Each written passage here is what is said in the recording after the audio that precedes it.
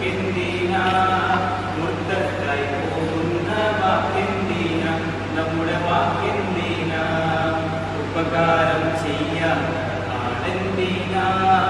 ഉപദ്രവം ചെയ്യുവാൻ പോണെന്തിനാ അപരാധം പറയുന്ന നാവെന്തിനാ